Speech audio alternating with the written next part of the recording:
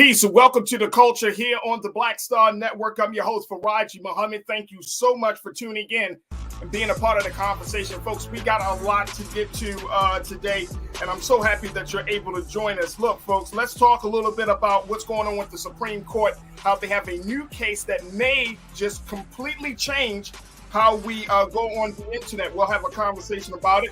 Also, we got to talk about healing from trauma and how we have a trauma specialist to give us some insight on what we can do to get past our pain.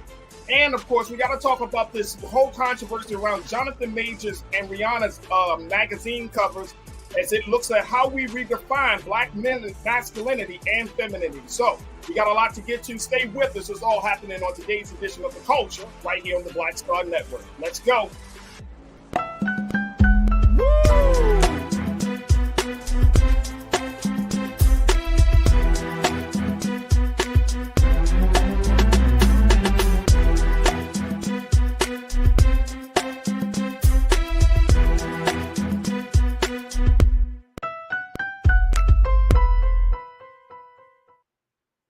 Folks, welcome to the culture here on the Black Star Network. I'm your host, Farajii Muhammad. Thank you so much for tuning in. First and foremost, happy Wednesday, folks. Happy Wednesday. So happy to join us. Oh, man, big shout out to the crew. We're going to get into some great conversations. So get ready to throw y'all comments into the chat as we have these big discussions. But you know how we do on Wednesdays. We go in on Wednesdays. And so I'm very excited to have my partner on Wednesdays, my sister. She is an attorney. She is also the TV host. She hosts her own show called Suzette Speaks on YouTube.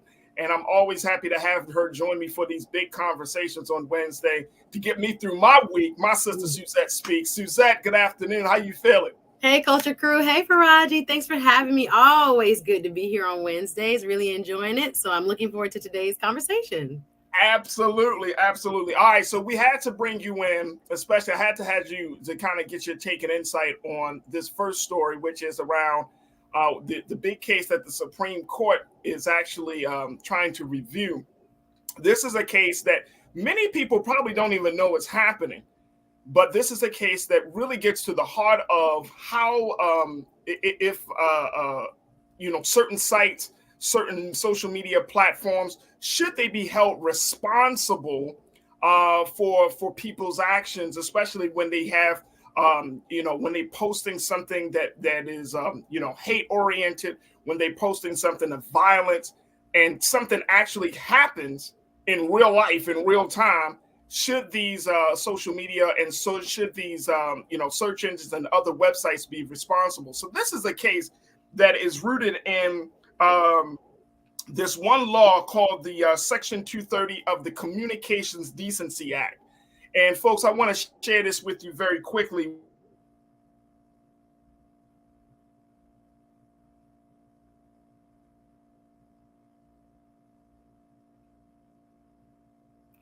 I think Farajii has had some technical difficulties, but I will continue with this conversation just so we have some of the groundwork on what exactly is going on right now at the Supreme Court. Now, the baseline is there is a young lady's family who has brought a case before the Supreme Court based on her being killed during the terrorist attack that took place in Paris in 2015. Now, during that attack, unfortunately, some al-Qaeda operatives took over the city, and basically she was the one American, unfortunately, that was killed at that time.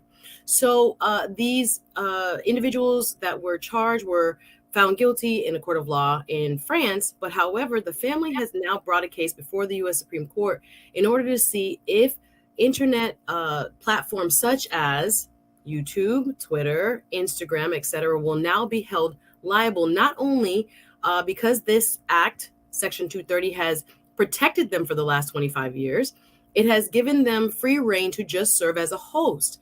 Well, the family is arguing that the internet providers, the social media platforms, are actually making recommendations, and it's the recommendations piece that they are bringing forward to argue that, unfortunately, these al-Qaeda operatives were actually radicalized by what was recommended to them vis-a-vis an algorithm by these platforms. So their main argument is that Section 230 is silent about recommendations, right? Because the internet has evolved so much since 1996 when this law came into being. And this law has never been amended or edited since. So this is the first time the Supreme Court is taking up this piece of legislation. And it's going to be interesting to see if they now create an opportunity for people to hold these social media platforms responsible for what they recommend and publish. That's the key. Hey, Farajii, come on through. Hey, there we go. Look, just a little power outage on this end, but we're all good now. But you're absolutely right. Hold these social media spaces responsible. Now, here's my big question for you, Suzette. In terms of legal, because it's a legal matter, right? They're really, and make sure, I want to get this clear for our watchers, for our crew. There aren't a lot of laws on the books, as far as we know, to really, quote unquote, regulate social media, to regulate the internet, outside of this big piece of Section 230, where this is about how we interact on these spaces. But I'm saying there aren't laws like to penalize websites, social media sites, and other platforms online if they consider to kind of step out of bounds, if they add to something, right? Am I clear on that? This is the major, basically, people will call this colloquially the law that created the internet, right? The internet, the way we know it right now, as free speech, where no host of information has ever been liable for what some user has published. Now, the family is asking the court to consider recommendations by these social media platforms as a form of publication, that they are in fact promoting to you now speech that is violent, that they knowingly, and that's the question actually it will hinge upon, whether they know that speech exists, because remember, there are hundreds of millions of publications every single day on each of these platforms. Will they now have to do the work in terms of understanding what can be deemed dangerous, what is defamatory, what is false, and ultimately, will they now be responsible for recommending said, dangerous, violent, false articles, or whatever means that the person publishes, whether it's on Instagram, whether it's on Twitter, whether it's on Facebook, any of them, if they are now going to now be held to a higher standard in terms of limiting what can be placed on their platform. Absolutely. I want to share with folks what has been already reported about this whole case, folks. And again, you may not hear about this. This is not mainstream. It's mainstream because the New York Times have talked about it, but it's not to the forefront of our psyches. And here's what the New York Times reported about this piece. Take a look at this, that the federal law at issue in the case, Section 230 of the Communications Decency Act, shields online platforms from lawsuits over what their users post and the platform's decision to take content down. Limiting the sweep of the law could expose the platforms to lawsuits claiming they had steered people to post in videos that promote extremism, advocate violence, harm reputations, and cause emotional distress. The case comes as developments in cutting-edge artificial intelligence products raise profound new questions about whether old laws, Section 230 was enacted in 96, can keep up with rapidly changing technology. And just in that piece, Suzette, I'm thinking of a couple of different platforms. I'm thinking of Twitter, what happened with Donald Trump and how that whole situation went down. I'm thinking of YouTube, and how, if you start to look at one video, the recommended videos start to come up on the screen as well. And that way you can go further on. I mean, all of these platforms, are kind of in this position where we do have to ask our culture. And this is also, there's like a double-edged sword, because as much as we want to be critical of these platforms, people are making monies off these platforms. Folks are sharing real valuable information, like you on your show, my show here, of course, with Black Star Network, we're digital space. So it's like you want to make sure that you keep the crazies out and keep the crazies off, but you don't want to destroy the platform, or you don't want to make it to the point where we're kind of going into a whole different space, which is what you see in some other countries where the government oversees social media. Absolutely. And not independent companies. Absolutely, Farajii. I'm so happy we're having the discussion because it has this type of far-reaching implication. This is revolutionary in terms of if the justices side with the Gonzalez family. Now, if we are thinking about what the social media companies are arguing, it's kind of similar to what you're bringing up in the interest of free speech.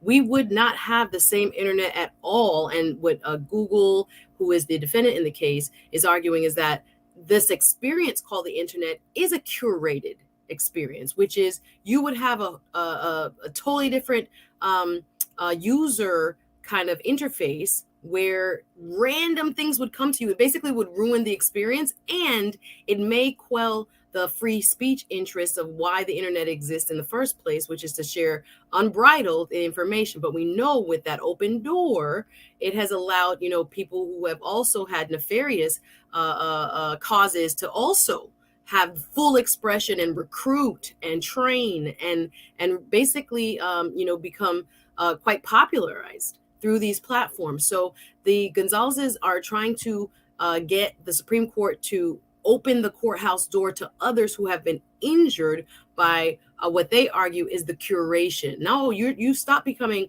just a host when you start recommending to people, and unfortunately what you're recommending to them oftentimes is untrue, is violent in nature, and you can stop it. You in fact should know about this and should stop it. So it really would change the face of the internet as we know it. We got to take a quick pause. When we come forward, we'll continue the conversation. Of course, crew, I want to hear your take on this. I'm going to share with you what a little bit of the justices had to say around this issue, because guess what? There's no precedent. There is no reference point as to how the justices should move forward. I'm going to share with you where they start to even realize that the big mountain that they have to climb in dealing with this issue. So we're going to just get further into the conversation. I want to hear from you. Post your comments and stay with us. We got more conversation for you right here on The Culture, here on the Black Star Network.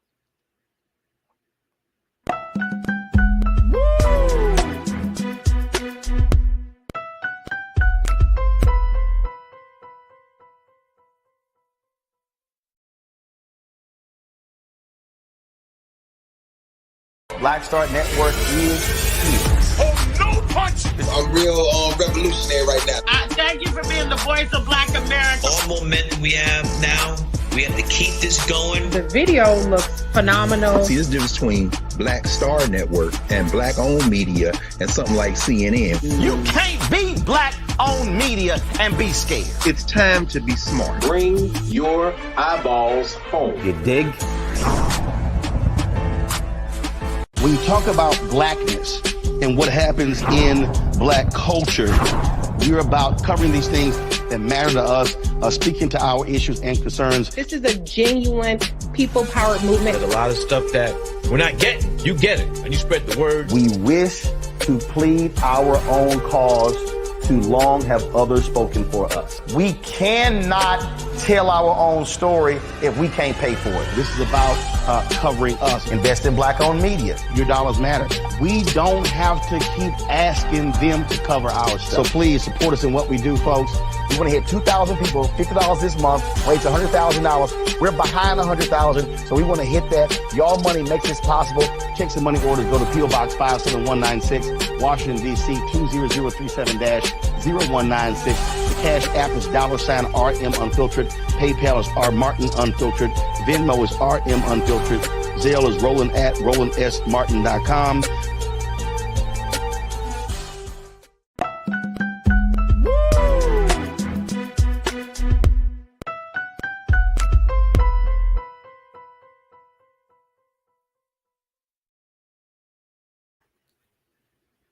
Folks, welcome back to the show. We've been talking about the Supreme Court case that may redefine how we go online. This is the case of Section 230 of the Communications Decency Act, where it's being argued that social media platforms should be held accountable, at least liable, for some of the posts and how they take the post down and the impact that it has on the larger culture and the society. This is a case that gets to the heart of how we go online and interact and engage with one another. And it also gets to the heart about freedom of speech online. So this is a very, very historic case that the Supreme Court themselves, the justices themselves, say might be something that they don't have a full understanding of, that may be something that they really need to look at more.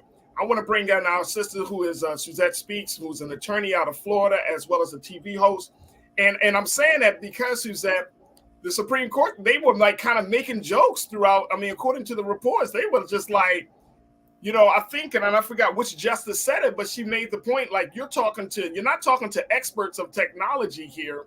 We're not non-experts of technology. Like, this is kind of like out of the realm of what we normally have to consider. But there was a quote that I thought just kind of spoke volumes about where we are in this whole situation. And it was a quote that was made by Justice Kagan. She said, in speaking about Section 230, she said this was a pre-algorithm statute in a post-algorithm world. Absolutely.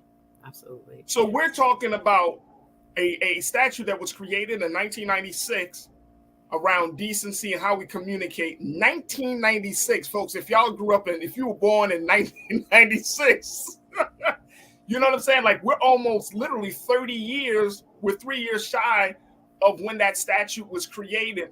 And it still serves as the guidance point for how we interact online. But look at how far technology has gone since 96 to 2023. Look at what has happened. Look at the impact, the influence. We got to look at, of course, what happened with January the 6th. We got to look at what has happened in other parts of the world with TikTok, Twitter, and other social media platforms have played pivotal roles in creating, and starting wars, creating rebellions in some places, revolutions in others. I mean, there has been a totally different change. What do you think the Supreme Court is going to do with this? Well, it's difficult to say, Farajii. First and foremost, it shows that they're interested in taking up the issue, the fact that they accepted the case in the first place, because the Supreme Court can pick and choose which cases it allows to come before it. That's very true. I think also what they may have to do, and it's hard to say, but just taking an educated guess, I would say they might come up with some sort of rule-based tests, a standard for a case-by-case basis if they do open the door. So if they rule in favor of the plaintiff, which is the Gonzalez family, to say, yes, there is some sort of responsibility to which each of these social media platforms does owe the user who is harmed by a recommendation they have made. However, I think it would be a very stringent test, which is they should have, known or had reasonably known about it, known that it was violent, seen a history of violence from that particular user or publisher, given the publisher warning, et cetera, et cetera. I think it has to have kind of a rules-based test of some sort if they do side with the plaintiffs. But it is very interesting, as they said, uncharted territory for them who are not, as they said, tech experts. So it's hard to know what the outcome will be. But if it's in favor of the plaintiff, maybe there'll be some kind of narrow ruling to which each now of these platforms will have to adhere and create new guidelines for their algorithms if they're even able to use them at all. So it's very hard to say what the outcome will be, but that's a possibility. Absolutely. Let me go to the crew because folks are checking in. Lana, you co-posted and kicking us off this afternoon. My sister, you said we must stop expecting these platforms to tell us what we can or cannot say. Think about it. The only views muted are Black voices. Not really. It's not just we're certainly muted, but just muted in terms of popular culture. I think there's a lot of push against those who stand against quote unquote popular culture. You don't get a lot of play, but Black voices definitely. If the voices are coming across too strong, you're going to see something that. So I agree with you there. Go ahead. If I may, Farajii, this is why we have such a disparity on who goes viral. And this will go to some of the topics we're going to talk about later on in the show. They can pick and choose. Some who have been on the inside of these companies have said there are literal buttons that they can choose which content creators go viral. So what we get in terms of their curation of our news is what you just brought up, the January 6th disparity of the two or many Americas that we live in. The news feed that you were given, Farajii, that I am given, that the guy in the middle of the country is given, are all different. They're all tailored to what your algorithm thinks you want to know or want to know more about. So we are not in a world where everyone is dealing with the same set of facts, which is a huge problem. The divisions of our country are really kind of originating from this algorithm. So even if it's less Black voices here or there, it's actually only voices that you want to hear and that they think you should hear, which is, I think, is a real dangerous premises around why we are not as unified as a country and why they should be regulated to some degree or another. Absolutely. Karen, you said if Section 230 is amended, holding social media platforms liable, they would be required to carry general liability insurance to ensure losses resulting from bodily injury, personal injury, or death.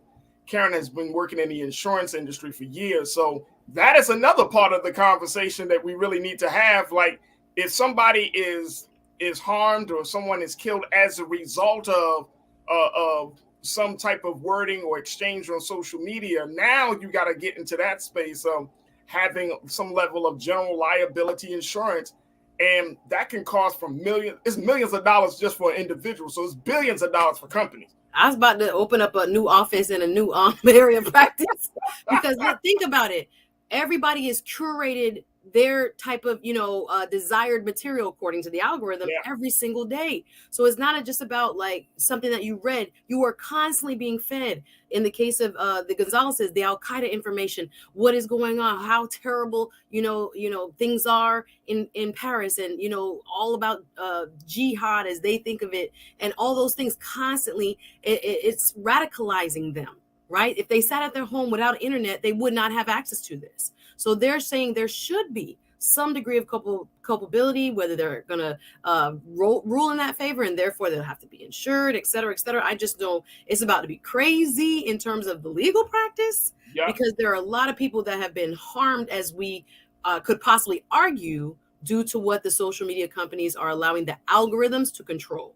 Absolutely. Get one final comment here. This is from my sister, Janelle, who makes a great point. She said people take license, Suzette, with free speech, forgetting that constitutional protections only applies to situations where the federal government tries to restrict what you communicate. Private businesses need to watch out. So then there's going to be advocates on the other side that says, is this going to be the beginning of the end for private businesses and how they communicate with their stakeholders, or private businesses that communicate with their customers? And I don't think it will open that door. I mean, I'm sure people are going to try to make the connection, but I don't see that. It would be hard for me to believe that people don't see that what people say on social media doesn't affect us here in the real world. Mm-hmm. When we get news from social media, everything, Amazon recommends stuff to you. Everything recommends something to you. Absolutely, like So it's for me, it's like social media has become this pseudo quasi communication entity. Yeah. Right. Yeah. It's not the news, because we know that you can spew a lot of lies on the platforms, but at the same time, it does give you a sense of what the pulse of the people are. If you want to know what's going on, go on social media.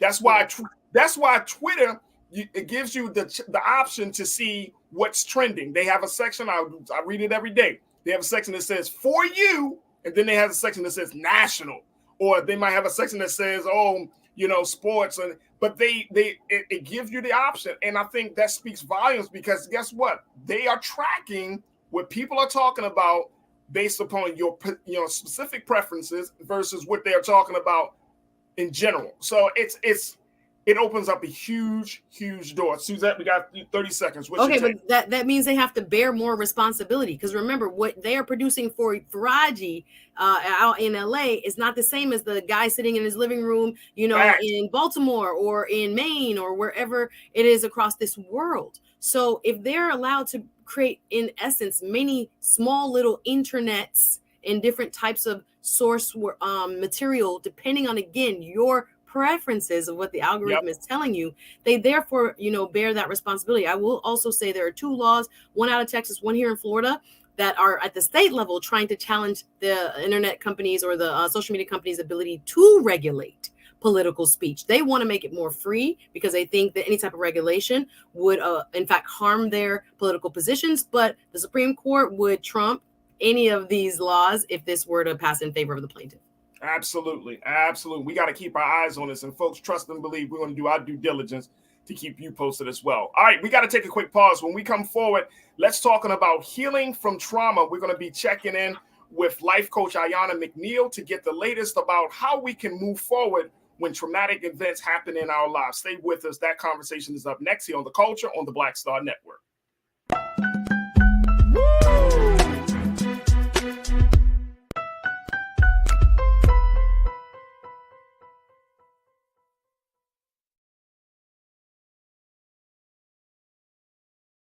Hatred on the streets, a horrific scene, a white nationalist rally that descended into deadly violence.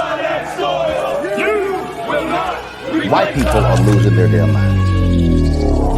As an angry pro-Trump mob storms the U.S. Capitol, We're about to see the rise of what I call white minority resistance. We have seen white folks in this country who simply cannot tolerate black folks voting. I think what we're seeing is the inevitable result of violent denial. This is part of American history. Every time that people of color have made progress, whether real or symbolic, there has been what Carol Anderson at Emory University calls white rage as a backlash. This is the rise of the Proud Boys and the Boogaloo Boys. America, there's going to be more of this. Here's all the Proud Boys, guys. This country is getting increasingly racist in its behaviors and its attitudes because of the fear of white people. The fear that they're taking our jobs, they're taking our resources, they're taking our women. This is white fear.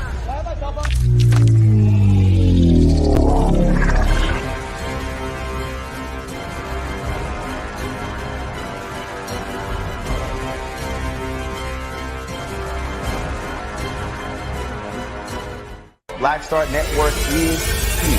Oh, no punch! I'm real revolutionary right now. Thank you for being the voice of Black America. All momentum we have now, we have to keep this going. The video looks phenomenal. See, there's a difference between Black Star Network and black-owned media and something like CNN. You can't be black-owned media and be scared. It's time to be smart. Bring your eyeballs home. You dig?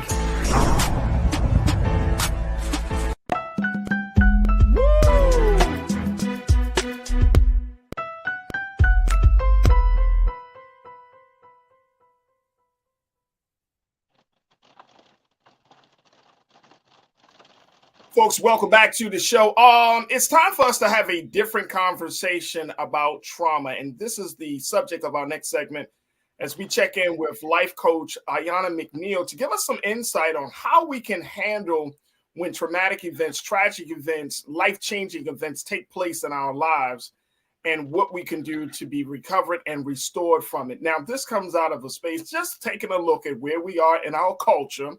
And I want to bring my Suzette back into the conversation because I look at Suzette's show, and Suzette, they often talk about, y'all on your show, Suzette, you often talk about like when life-changing events, when you're talking about, changing jobs, and or when you're talking about, relationships, the relationship status change, life-changing events, and there is so much that's attached to those changes.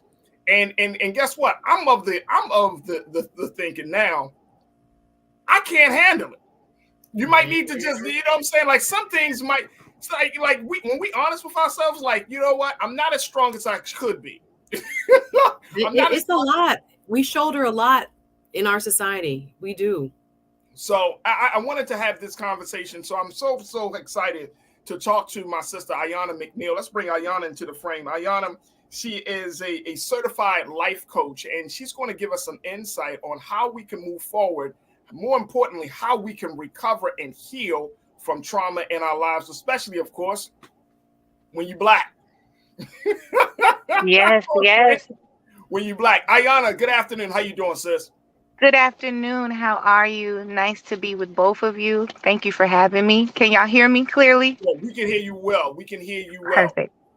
Let's start with the work that you do. First and foremost, Ayanna, you are a certified life coach. You are an author. You're a motivational speaker. You help people to get through trauma. How would you describe the work that you do? Yes, I do. I'm based out in Brooklyn. I work for Transformation Counseling Services, and I work directly with individuals and couples to deal with adverse events in their life, stress in their life, interpersonal issues in their life, and really find balance, develop skills to deal with and cope with when life happens, because life be life and for us all.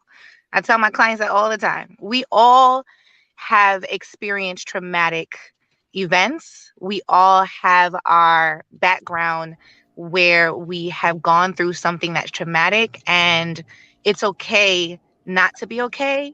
It's not okay not to get help when you're not okay. That's what I remind my clients. That's facts. All right, now there are a couple of things, and Suzette, definitely join us. I want you to jump in for this because I think we need to have a round table because you talk about this so much. So a lot. You had to keep your mind on this. But Ayana, I want us to kind of break it down. There are two words that I want you to help us with. Okay. The first word is trauma.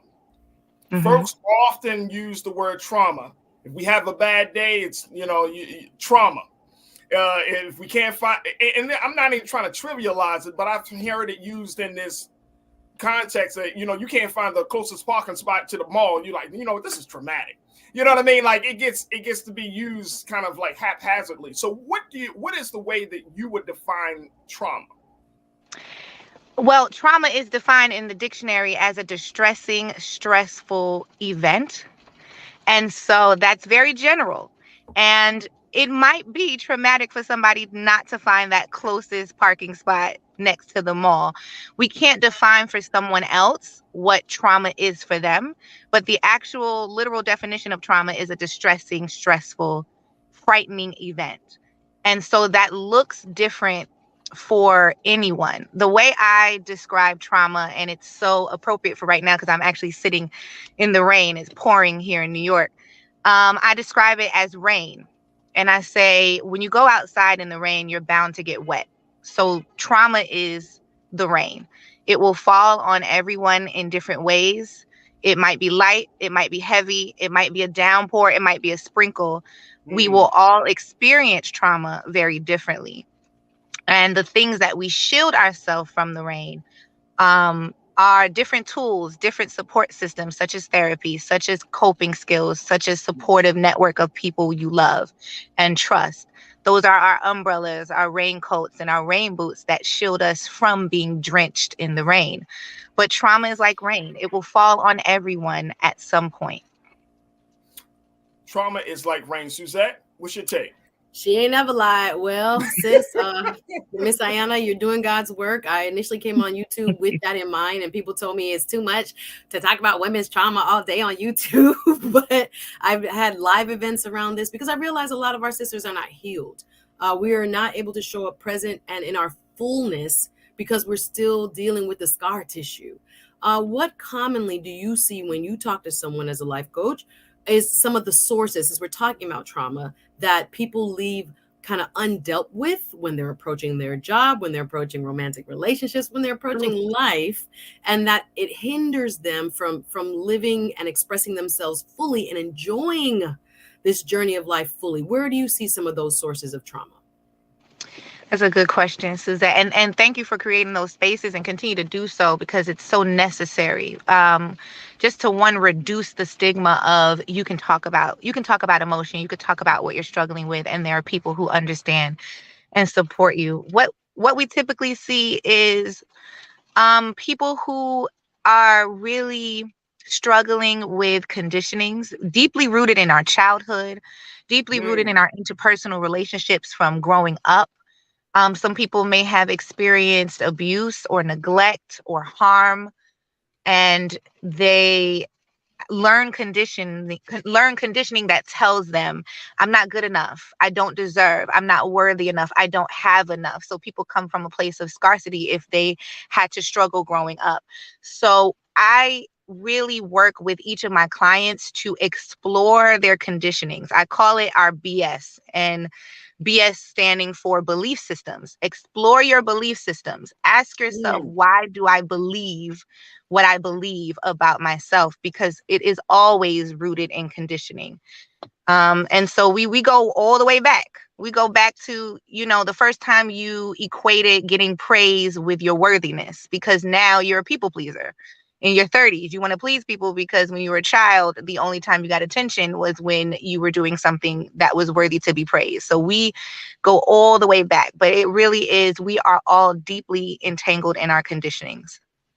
So let me ask you, how do you make sure that as you kind of go take that journey back, Ayana, that you don't like totally uproot all the stuff that a person believes in to the point where now they don't have any idea about who they are and what they want, and they get into this mode of just completely, being totally redefined? Because I don't have a problem with going back to take a look at, where things have gotten started. But I think the confusing part becomes like now you redefine yourself to be this whole other person, and your family doesn't recognize you, your friends don't recognize you. Like, well, I'm just me, and be like, well, you was that wasn't you just a couple of weeks ago. So you know what I mean? Like, because I know that there could be potential consequences when you open people up that way, that they start to question every single thing that has gone on in their life. They start to look at the people closest to them as the enemy in some cases.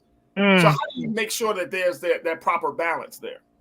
That's a great question. So for me, exploration doesn't necessarily mean that you disregard. Because it's a conditioning, it doesn't mean that it's completely harmful. A lot of the things that we're conditioned to do actually help us survive, actually help us connect and grow. I remind each of my clients that I work with that you're an expert of self. So you have to assess in your mental, physical, spiritual, and emotional bodies if this is the best version of me. Do I feel my best when I operate like this? Am I operating in my power? Am I operating from a space of lack, or am I operating from a space of wholeness and freedom and fullness? And that's the introspection that I want people to look at in their conditionings. If their conditioning serve them, continue. If it serves you well, if it made you who you are, I don't want you to disregard that, because that's who you are. But I do want you to understand that there's an iceberg here. So you might be looking at the tip of the iceberg, the issue, the presenting issue, but under that waterline is a whole lifetime of things that you learned, of things that you received, of things that you were told, of things that you told yourself. Yeah. And I want you to explore it. It doesn't mean that you have to now wake up a new person. You are who you are. Your belief systems made you who you are. So you can't disregard that. Your family, your upbringing, all of the things that make you who you are a part of your journey. But if they hinder you and they stop you and they deplete you, it's okay to explore it and shift. It is okay. Let me, and Suzanne, I'm going to fair. I feel like I'm just about to lay down on the bench right here. Listen, she's doing work here. She's doing work. Let's go. Somebody gonna get healed. Somebody gonna be healed. My sister Queen Chia Soto, you checked in. You said nice breakdown. Talking to you, Ayana, saying nice breakdown of trauma. She said she works in a trauma-informed community, and this is so very helpful. I thank you all. Queen Chia, thank you so much for checking in and tuning in. I'm glad that you found that to be helpful. My sister Shalinda checked in and says, we have trauma in our DNA as melanated people. Absolutely. That's true. That's true. Here's the thing about this, and we got to take a quick pause, but Shalinda, I appreciate you for bringing that up, because I already know I'm Black. I already know what the challenges are in America as being a Black man and all of that. I already get that. I'm trying to heal from this trauma, though. I don't need to heal from the world not accepting my Blackness. I'm trying to heal from the trauma of the world and not accepting my Blackness, right? Like I feel like those are two different things. And when we come forward, Ayana, I would love to get your take on that, because, I know people say because we Black. I get all that. But just even though we're Black, we still do have other trauma outside of our Blackness. Absolutely. You know what I'm saying? Absolutely. Yeah. How do we get to that part? I know I'm Black. I got you. I hear you. I synced it. But how do we get to healing from the childhood stuff? How do we get to healing from feeling rejected in a relationship? How that's the stuff I want to talk about. So we're going to continue the conversation on the other side, folks, with Ayanna McNeil, who is a certified life coach, my sister Suzette, and of course with you. Stay with us. It's The Culture here on the Black Star Network.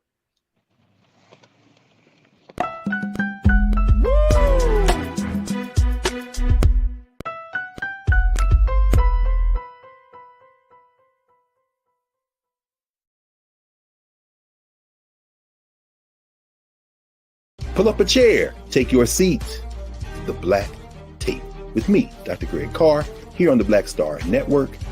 Every week, we'll take a deeper dive into the world we're living in. Join the conversation only on the Black Star Network. Black Star Network is here. Oh, no punch! I'm real revolutionary right now. Thank you for being the voice of Black America. All momentum we have now, we have to keep this going. The video looks phenomenal. See, there's a difference between Black Star Network and black-owned media and something like CNN. You can't be black-owned media and be scared. It's time to be smart. Bring your eyeballs home. You dig?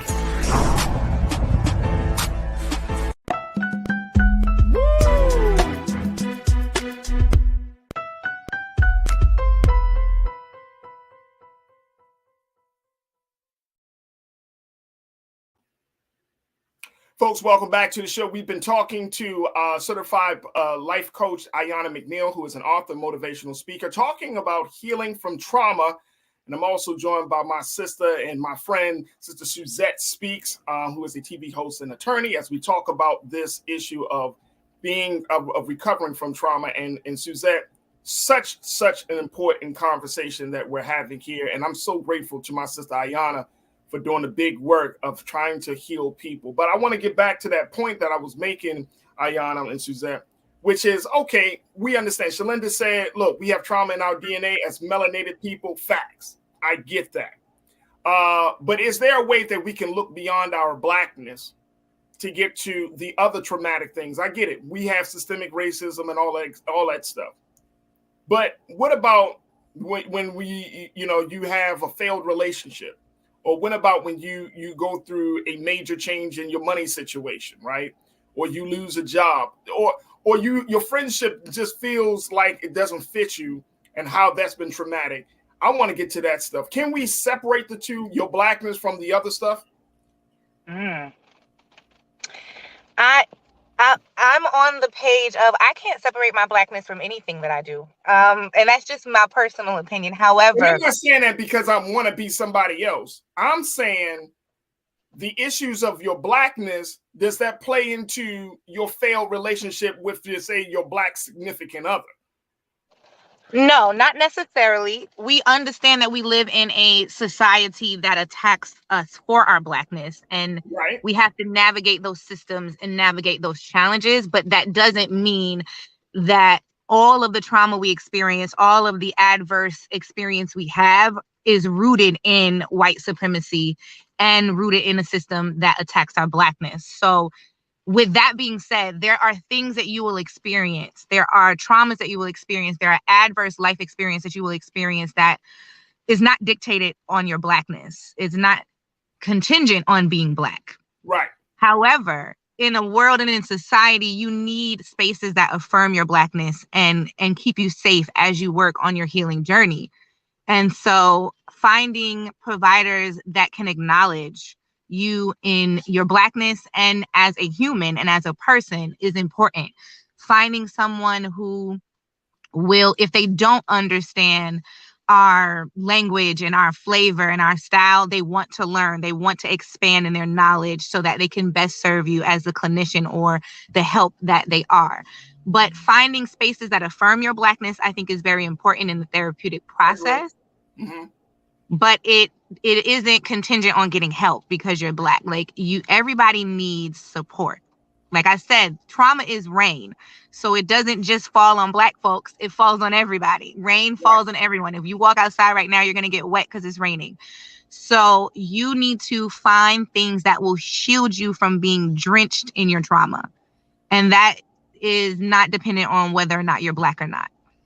the reason I'm bringing up, and I want to make it clear the spirit in which I'm saying this, and Suzette, I'd love to get your take on this too, is that I think sometimes we use our blackness as a scapegoat for not doing the hard work of wanting to be better, right? Like some of us just like, no, this is the way I am. This is the way I am. But we also, you know, it's okay to be better. You know what I'm saying? Like just because you're black, that's beautiful. That's wonderful. But at the same time, are you a healed black person? Are you a whole black person, right? Yeah. Versus just saying, oh, I'm black. And therefore I'm all good. And I think sometimes we kind of lean on that a little bit. And I know I'm stepping on some folks' toes, but it's just like I want us to get to a better place of healing and wholeness. And so I don't want that to be a thing where it's like, oh man, you know, because the system and the white man and bop, bop, bop, and all of this stuff, especially when you're looking at the male-female relationships or even within the same-sex relationships, the various dynamics of those relationships. And you can be like, as a black man, I can be like, well, you know, the man got his foot on my neck, therefore, that's why I'm acting a certain way. And you be like, and as the black woman, y'all looking at us like. Farajii, I just want to throw in there that we have to acknowledge that dysfunction is dysfunction regardless of race. Yes. We are not acting a certain way because we are black. We are acting dysfunctionally. And we have to separate or learn to acknowledge that some of us grew up in circumstances where it was just dysfunctional. And sometimes we attribute it to our culture, but oftentimes there were people who raised us and people that we grew up with that also too had trauma and also grew up in dysfunction. So sometimes we need the help of people like Ayana or a psychologist, counselor, licensed family, marriage counselors, whatever we can get our hands on. And I wanted to ask Ayana about where we need to start, because oftentimes we're so busy trying to help ourselves survive, Black women and Black men helping others, that we neglect to see where we are not implementing useful, what you call it, BS, belief systems, mindsets, and dysfunction. And we're calling it, well, that's how we grew up. Well, that's what we always done. That's what we learned from maybe mom, dad, grandma, them. But it doesn't mean it is functional, as in it's not serving you. It's not serving your family now, your kids and the next generation. So how do we learn to separate what I think, Farajii, on a kind of piggybacking on what you just said, is kind of an extension of what we're excusing as culture, and it is truly actually dysfunction. Great point. Great point. Thank you. That's why you're the lawyer, Suzette. You broke that down brilliantly. Dysfunction is just that. It's dysfunction, and it doesn't have a name or race to it. And so I think where we start is getting tired of the dysfunction, getting uncomfortable enough with the dysfunction to want to explore that there is something different. And that's different for every person, because there has to be a willingness to realize this doesn't work for me anymore. This doesn't feel good mentally. This doesn't feel good physically, spiritually, or emotionally for me.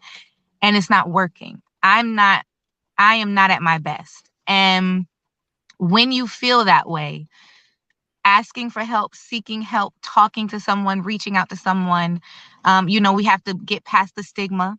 I tell people, in the same way you would go to the pharmacy and get some medicine for a cold, it's okay to seek help when you're not feeling your best emotionally or mentally. It's still the same health. And it really is coming to a point where you kind of hit that wall of, I don't like how I feel in this dysfunction anymore.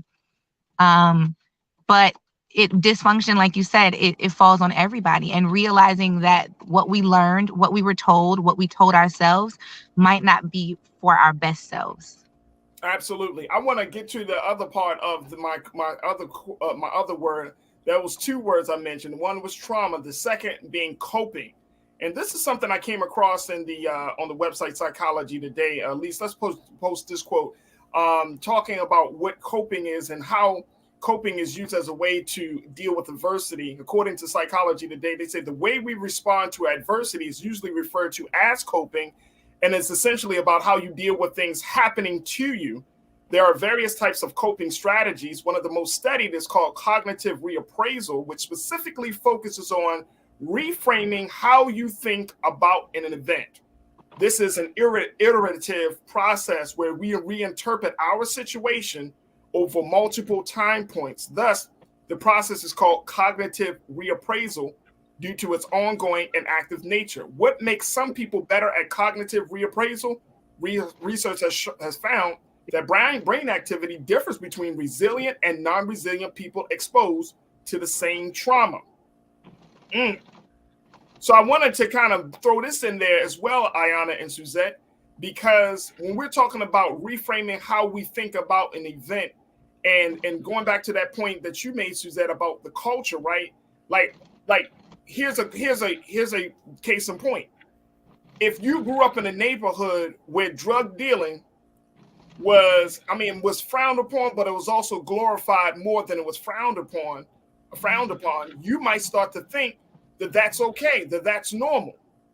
Then once you grow up and then you go into somebody else's neighborhood and they say, nah, I never lived in a neighborhood like that. And look at my neighborhood, and I'm there, you're exposed to a whole different culture. There's no drug dealing, there's none of this, there's none of that. Then you are either forced in that moment to do a cognitive reappraisal where you have to rethink about the events that happened before, or you can hold on to the same thing where be like, man, that y'all hood, that's crazy, man, because my hood is more lit than yours, not understanding that it's not in your best interest. I hope I'm making this point very clear. I don't want to lose folks on this. But can you speak to that, like the importance of reframing how we see things? You want to go? You want to take us to that? You want me to go? Listen, I preach this. Friday, she's the expert, and I just want to piggyback because I work with women as well, holding local conferences and events here in Miami. That's because that's where I was, and I don't want people to wait until they have the public breakdown, or maybe even private if you're lucky, because some people, y'all go off on y'all job, you'll do other things that kind of hints to what is being kind of being set aside on the inside until you can't take it anymore.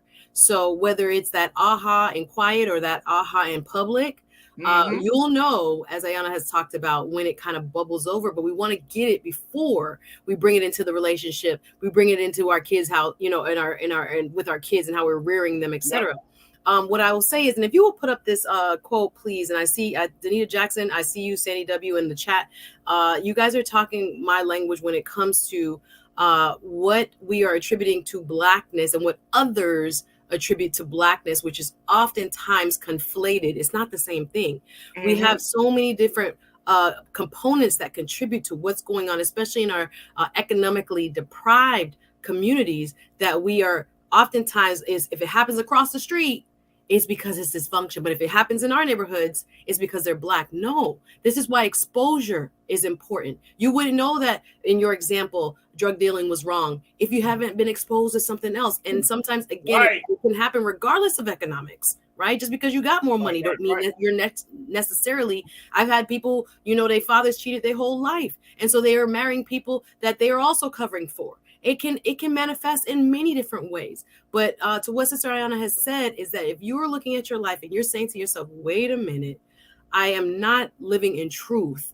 I am living in, as Sandy W has it over here, shame, or a sense of like trying to make up for something in the past, or that my past is really controlling what I'm doing, saying, acting, who I'm loving now. We need help. Don't wait till you're making decisions based on that trauma or living a life based on that trauma. We need to start to kind of grow in our self-awareness nice and early, teach our children about this. In that same Psychology Today article you sent, Farajii, it was talking about teaching this kind of mental health and self-awareness earlier, so that we can identify in ourselves and others. Am I coping? Am I using a terrible belief system? Am I thinking, about this situation that happened to me, in a way that is helping me, or can I reframe it to not give it that power? That's why we also have, religious institutions and other mechanisms to help us get control of our thoughts and our thoughts towards our trauma and therefore our lives. So we got to really do the work, guys.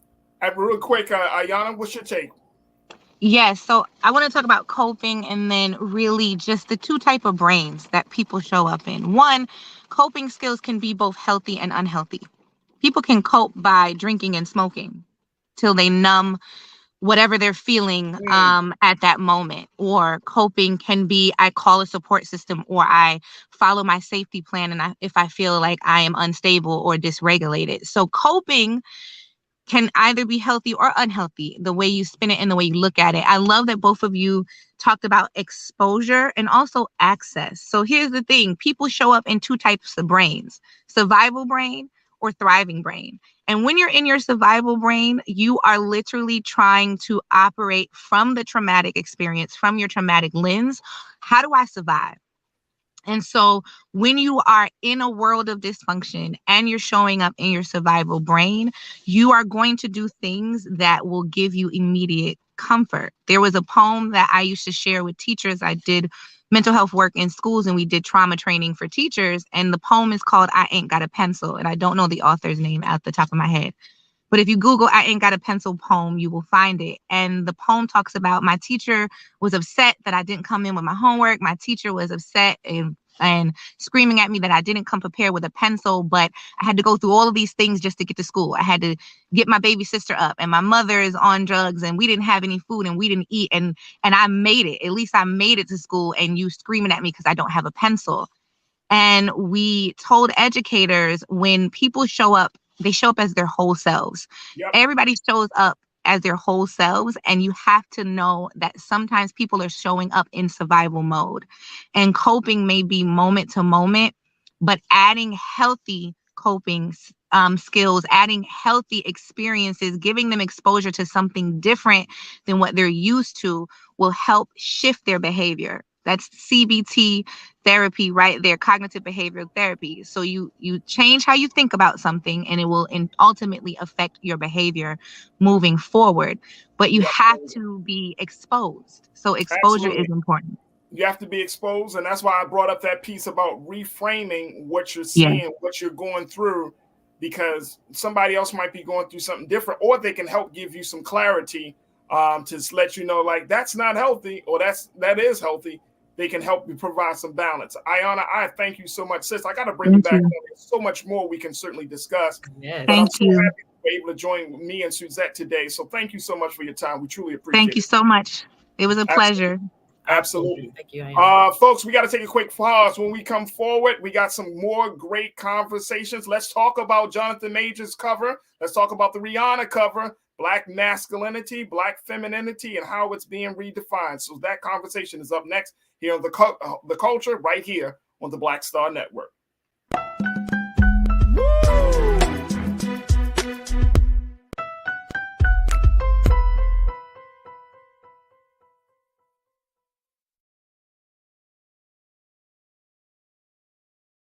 I'm Deborah Owens, America's Wealth Coach, and my new show, Get Wealthy, focuses on the things that your financial advisor and bank isn't telling you, but you absolutely need to know. So watch Get Wealthy on the Black Star Network.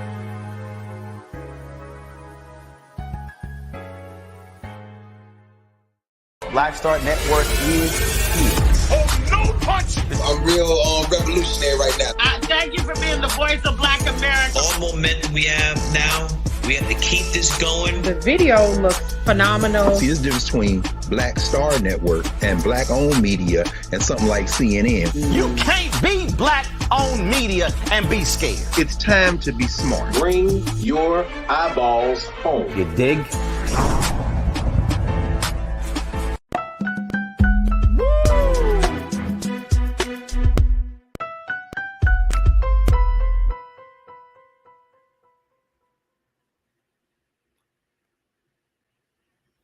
Folks, welcome back to The Culture here on the Black Star Network. I'm your host, Farajii Muhammad. What a dynamic first hour that we've had here on the show. Want to bring my sister Suzette Speaks, TV host and attorney, back into the frame. I love having conversations about trauma, healing, and all that good stuff, Suzette. I think it's so necessary, and I'm grateful that we have the platform here to do it.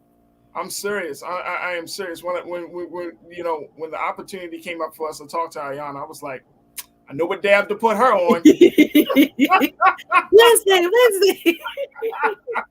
I'm gonna put her on Wednesday. I know the day we're gonna put her on. We're gonna have a conversation. Like real talk, like, because I am really in this opens up the conversation for our next discussion, but I am really in the space of looking at a lot of different things of like culturally how we go about the process of relationships, thinking about the relationship with self and the relationship with folks outside of ourselves.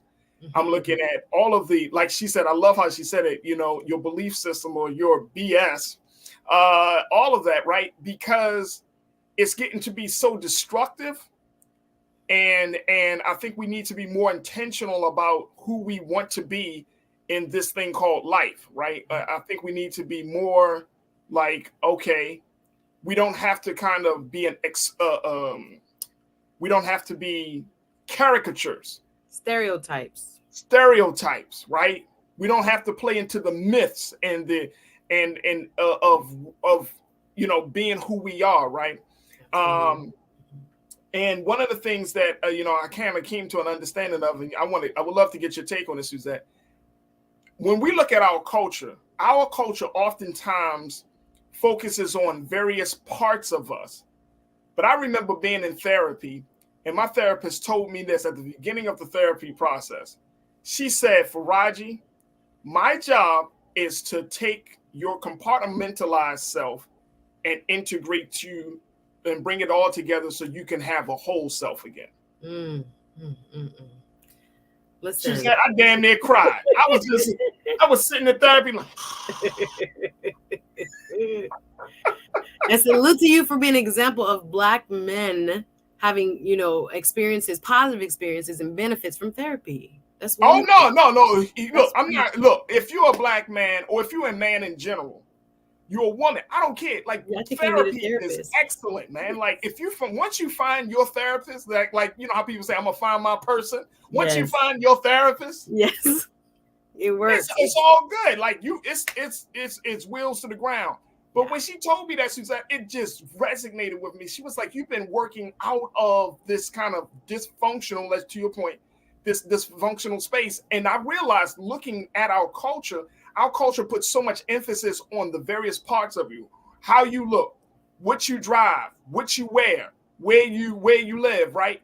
Not taking in the full self. See, we love the parts. We put the parts of ourselves out there on social media. But when a person gets to know who you really are, and I'm not saying we're terrible people, right? But I'm just saying the totality of the self, then that's a whole different person. Yeah. In some cases. It is amazing that we survive the way we do. But I think what Ayana said about survival mode, many of us live there. And so we don't have the luxury at times because we do have to pay the bills and people are relying on us and we got to do what we got to do. And, there's no room for error oftentimes. But it unfortunately does not allow us to live fully, and freely, which is what you're describing. But I just think every human being should want and has the birthright of that freeness, as much as we have these kind of, expectations placed on us. These biases placed on us, right? Sometimes these limitations that are very real placed on us. We still have to, fight for our ability to know our true selves and fully express that as much as we're capable of, especially with the people that we love. And if it isn't working, if there are broken parts of us, we have to take the time. Imagine what the Black community would look like if each of us individually tried to take the time to do that self-healing, or with the help of a therapist, which most of us will need, what we would look like. Oh my gosh, generation we would get this money and build this community and keep it moving. But we skip that step. We try to survive and build, but oftentimes there's brokenness that we're still dealing with that is very evident. So let's work on it, y'all, together. And Suzette, I love how you said we skip that step. We do. We talk about economics. We talk about social mobility. We talk about all of these other things. The key thing is, before you even get into all of those other spaces, and when I have conversations publicly and privately, you got to fix yourself, man. Like because no matter how, if you are broken on the inside, every achievement is going to be tainted with your broken. As you get higher, it gets exposed. And whew, help us all, Lord, me included. I don't mean it as a point finger. I mean it's like I'm working on myself too. Like we all have to do that because what I wanted you to also ask her, and when she comes back, the word trigger. Oh, whoa, that's a good one. This is another thing. Hello, because we know what it feels like when somebody says that thing, that pain point, and it all of a sudden shift you back to when you was right. Take you back to the streets. We gotta flip. We gotta flip that. We gotta address that. We gotta heal that. So that when we get to these points in our jobs, again, in our relationships, right at the house is the most important relationships you will have. So when those trigger points are kind of breached in those scenarios, what you gonna do?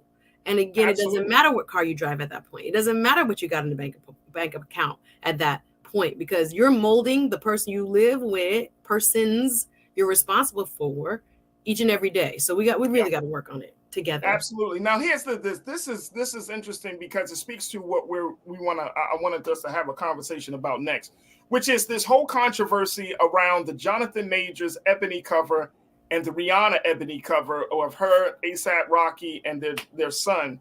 Of course, everybody is talking about the feminizing the black male, right? As a result of, some people feel like these covers add to the conversation of there's an agenda, quote unquote, to feminize the black male. I want to show you with these covers. Most of you probably have seen this, but take a look at this cover.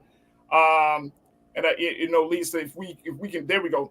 This is Jonathan Majors, major action star. I saw him just in Ant-Man Wasp movie this past weekend. He was in that. He's had a phenomenal year. He was in Jay-Z, the movie that Jay-Z produced, that Black Western. He's been in, of course, he's been in The Wasp. He's in Creed 3, which is coming up in a couple of days, in a couple of weeks. I mean, he's a rising star, black rising star. People are saying he's going to be like the new it guy, but he's on the cover of a black magazine with this presentation.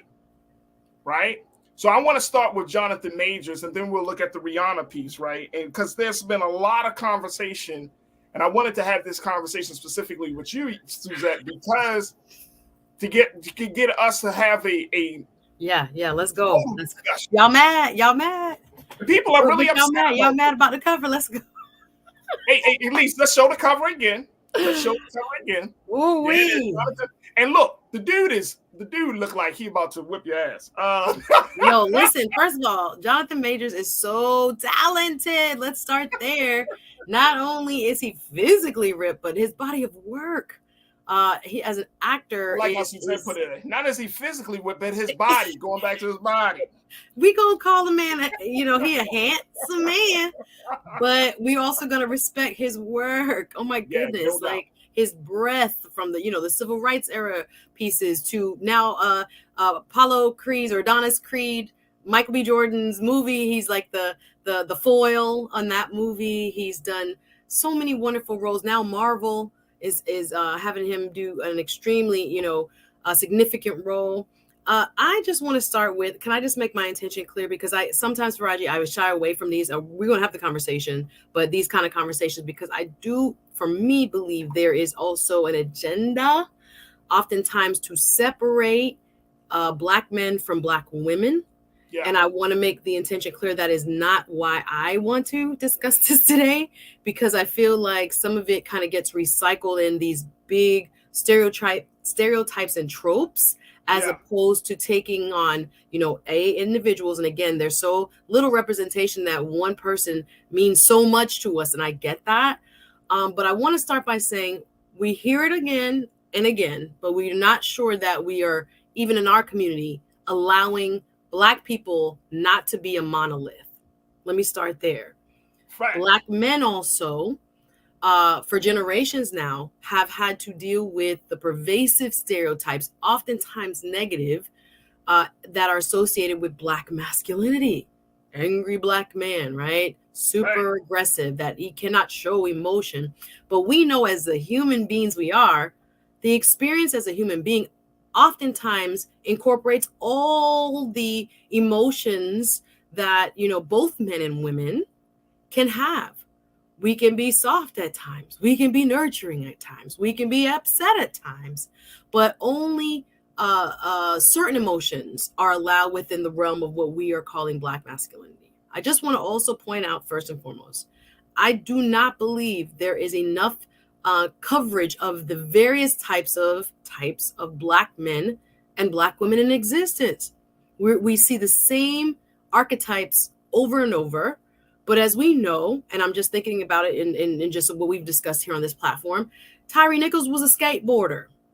We look back at other people who are blurs. I've had shows about Black nerds with a term of endearment we came up with, blurs, that love their anime. Michael B. Jordan talks about it. Love their other, all kinds of stuff. That's true. Black people love everything from, rock and roll, which we invented, to, classics. We get pigeonholed so much so that I do believe that there can often be, in a reactionary way, something that does not permit this cover for some, because some people absolutely love the cover. But some say because of the representation disparities in terms of the amounts and the lack thereof of many types of Black male presentation, and therefore what we're describing here as Black masculinity, people get real uncomfortable because we sitting in a space where, there's a big pizza and we got this little bitty slice. How are we using the slice? Yeah. But I push back a little bit and say we have to make room for more than one representation of Black masculinity, because the truth is more than one exists, right? We have our scholars, and again, there's so many pieces that kind of overlay economics, right? Socioeconomics, political affiliations that kind of want to keep us in a box, but we're not. We're deep, we're wide, we're broad.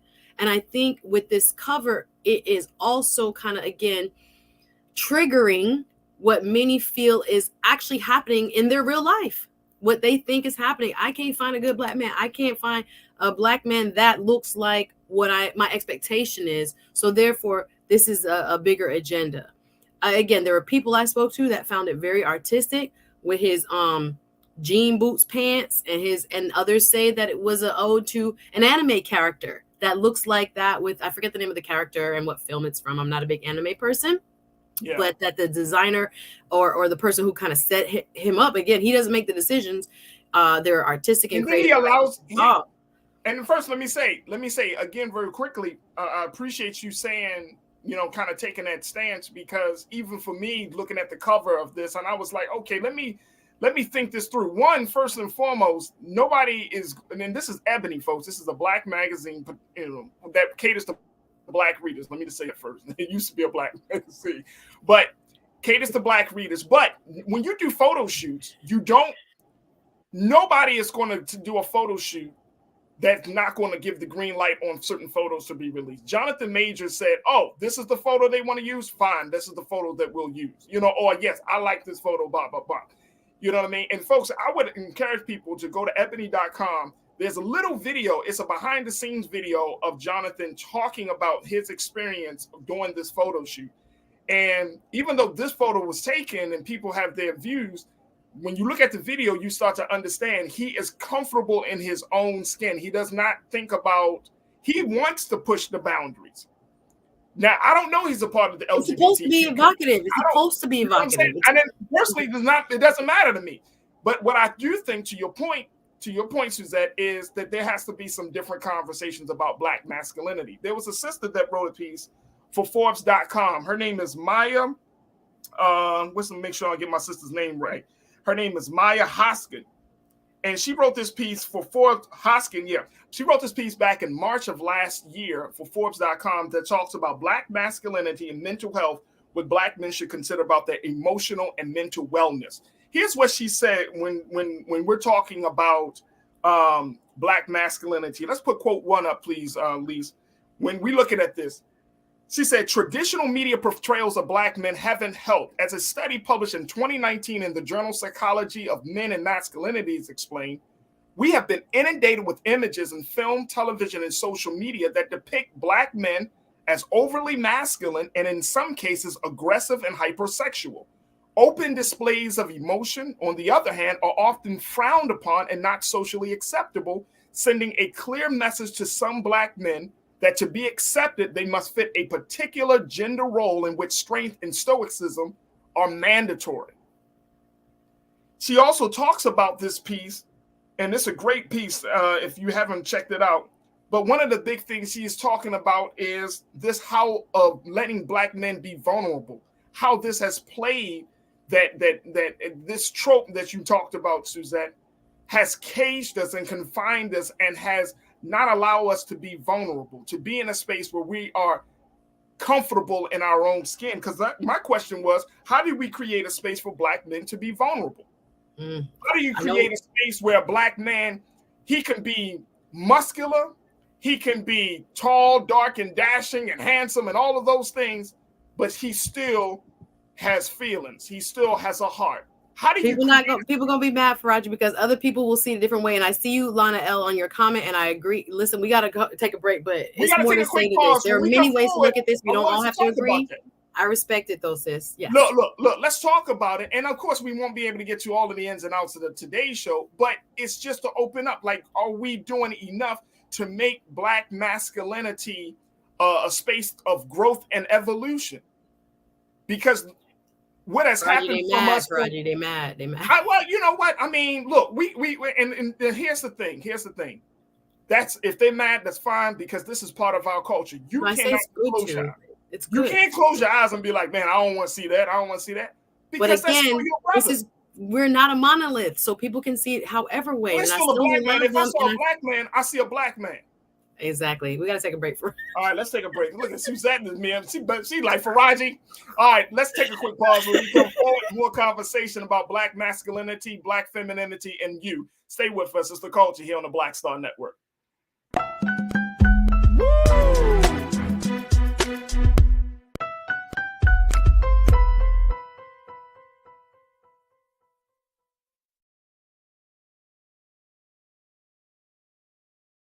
Hi, I'm Dr. Jackie Hood Martin, and I have a question for you. Ever feel as if your life is teetering and the weight and pressure of the world is consistently on your shoulders? Well, let me tell you, living a balanced life isn't easy. Join me each Tuesday on Black Star Network for A Balanced Life with Dr. Jackie. We'll laugh together, cry together, pull ourselves together, and cheer each other on. So join me for new shows each Tuesday on Black Star Network, A Balanced Life with Dr. Jackie.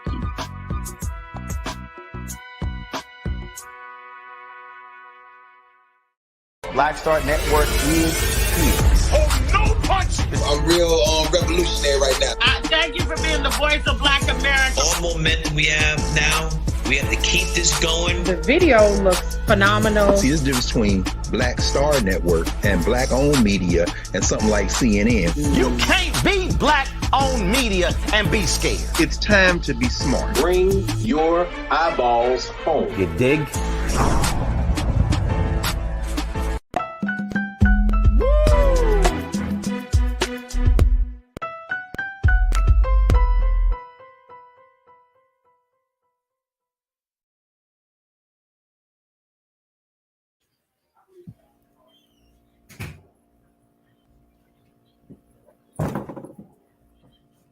Well, I would definitely want to hear more from what our culture crew is saying.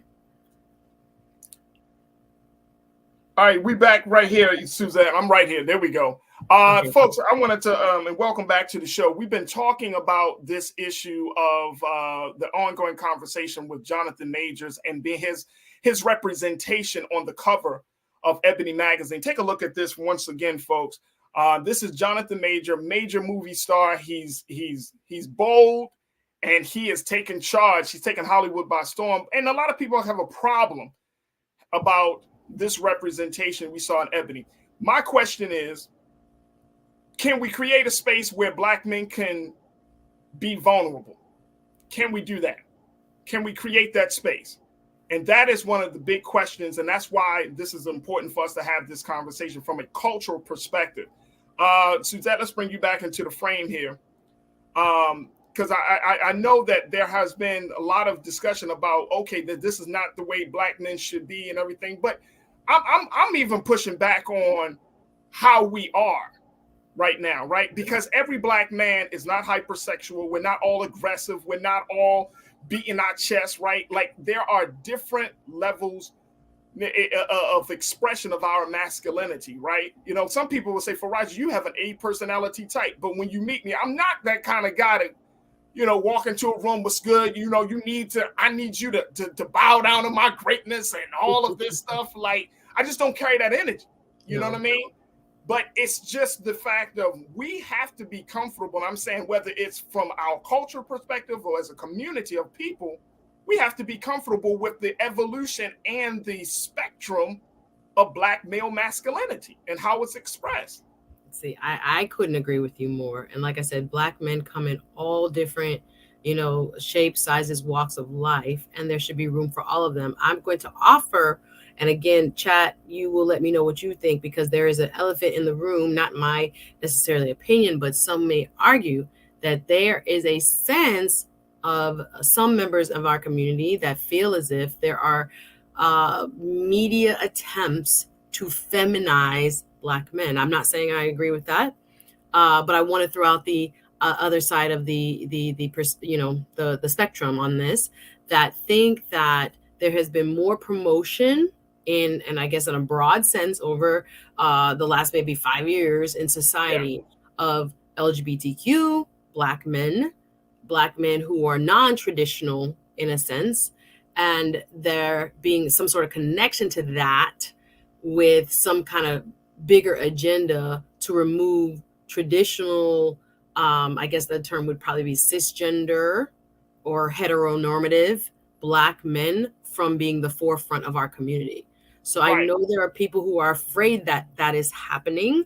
I'm not necessarily one who believes that line of thinking, but I know in conversations about this, that has come up where people will say, again, because we don't have that many big covers, and when we're in front of a magazine, it's not just us, it's everyone seeing it, that the implications here are not, again, how I may interpret it as an individual piece of art and looking at it from a, this is his expression or the creative director's vision, but there is a fear that there is deeper messaging or covert messaging that is trying to impact traditional Black masculinity. I recognize that. Yeah, I recognize that. But guess what?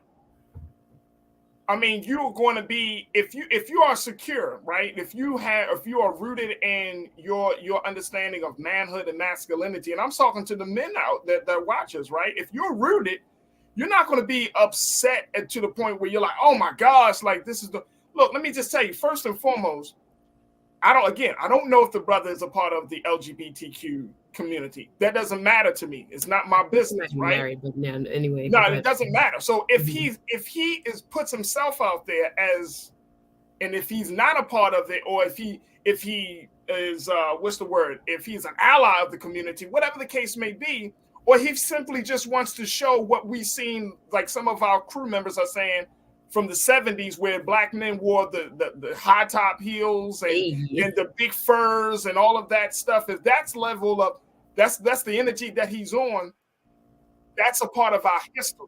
Right. That's a part of our story, right? I think it's wonderful. And I'm not gonna knock him for expressing himself.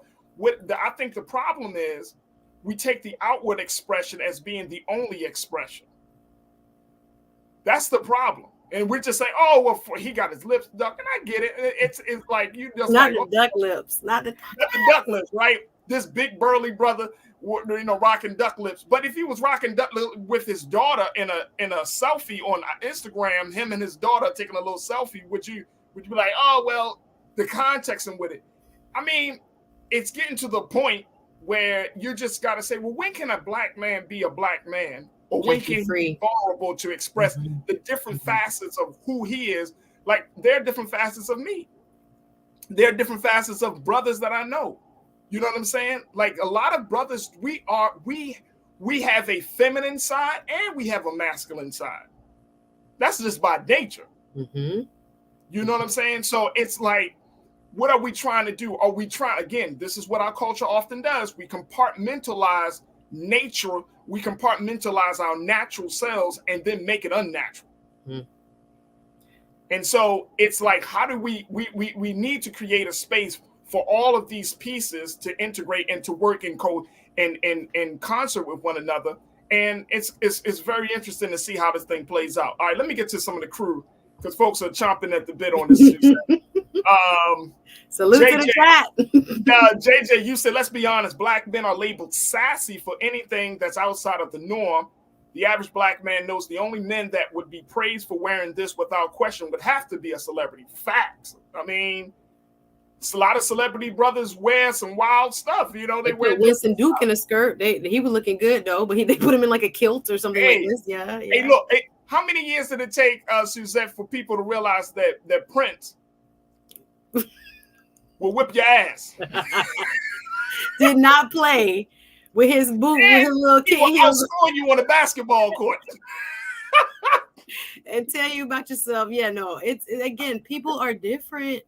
And we are so, again, sensitive to attacks on masculinity that we are sometimes, although maybe unintentionally limiting brothers from being able to express different sides of themselves. And immediately attacking it is going to make sure that they don't. And I don't know if that's a good thing. Is where I would kind of I hear you. Let's go back to the crew. Karen Coffee Colton. Karen, you bring up an excellent point. You say if you look at the pics in the 70s, black men were wearing shoes with heels, crop top tees, and capes, and were considered masculine. That was the culture. That was the style back then. Absolutely. Yes. I went to the museum in Baltimore, the Reginald F. Lewis Museum. They had an exhibition where they looked at the different fashion styles of black men in particular. And there was a time in the early 1900s where black men would wear these very loud, vibrant colors. And guess what they would call themselves, Suzette? What? Dandelions. Dandies, yes. I'm a Yankee Doodle dandy. That's what dandies. Y'all take a look at the history. And these were brothers that wore very now they didn't put makeup on, but they wore very clothes that they were well kept men. I know well kept, and they were dandies. Exactly. Yeah. You know what I'm saying? So when I think about the fashion side of it, you know what I mean? And these were black men. They came from the streets, but they expressed themselves in a very, very specific way. So Karen, you are absolutely right. Thank you for checking in. Real Brooklyn, my guy, you said simply put, dude is comfortable getting that paycheck to wear that Dennis Rodman robe. Shout out to Keeping It Real, Brooklyn. Dennis Rodman, he's not even and Dennis Rodman will say he's very comfortable in his skin. Yeah, and I think this is something, right? Like, even as I grow, and this might be the wrong view, but when I look at a person like a Dennis Rodman and all that he went through and how he expresses himself, there's an authenticity there that I can appreciate from a Dennis Rodman, right? There's something there that you could be like, he's authentically being Dennis Rodman. Mm-hmm. And I think that for black men, that's the place that we want to go. We want us to not be caricatures or stereotypes. We want us to be who we are. Yeah. We want us to be who we are. Real Brooklyn, I appreciate you. Willie, you said, I'm not going to lie, Farajii, when I first saw the Riri photo, I felt like it feminized Rocky. But when I saw that Jason Whitlock felt the same, I changed my mind. It's a great thing. Y'all so funny. You don't want to have the same view as Jason Whitlock. I feel you. That's hilarious. We're gonna talk about that in a few moments. My guy Willie, thank you. Conscious Thoughts, you say, here is the question: who controls the images and projections of how we are viewed and how we view ourselves? Well, it's a twofold. Traditionally, it has been white media, right? It has been that narrative, but I think more and more of us, we're pushing forward. And again, for Jonathan Majors to put on a piece like this, right? We have to ask, well, who picked that photo? He didn't he didn't pick. I'm sure he picked it. I'm sure he was a part of that decision-making process. They didn't say, hey, Jonathan, you better put this photo. Because they're actually, when you go through the article, he has other photos. He has a photo of him in boxers with the. Y'all got that one with the flowers with the roses. At least we got to pull up that one when you get a chance. See if you can find that. Look at that. Look at that. At least maybe hold off because Happy Valentine's. That was when he was with them boxers. Just saying that was another beautiful piece of art. But this is doing what it's designed to do, though, Farajii. Smart conversation. It's beautiful that it's invoking this type of conversation. Yeah. So we have to be again very mindful that while there are forces that may want to stifle how we think of ourselves, I think the goal is to allow people to be fully expressed, whichever way that looks like. And that's not necessarily to say everybody is a part of necessarily the queer community or anything like this. But I do think we have to, whatever range, even if you're talking about a cisgender heteronormative man, he's going to have a range of how he presents himself, right? So it is it is definitely an envelope pushing cover for Ebony. I think, again, some people were in love with it. Other people are like, nah, look at this agenda. So, but see, here's my only thing. And I mean, this might just because we are on this space, right? This platform. Are there men that are in the community, that are in our community? And even though the article says, Jonathan, he says in this article that he is not gay. He's not a part of the LGBT. No, I don't think he is. He said it's not a gay. So please, thank you. But are there gay men in the Black community? 100%. And if you think about the roles he's played, they have been hyper masculine. So in his representation in his art, he has shown the kind of broader spectrum of what Black masculinity can be. So this is just one. That's a great point. And that could be part of the reason why he decided to do the shoot the way he is, because he's been showing these hyper masculine roles. Super hyper masculine. Like when we watch Creed, which I'm going to watch. I can't wait. I can't wait either. When we see Creed and we see him busting up, well, we know why you can't wait. We pull up on the block. He be like, hey, you remember me? You remember me?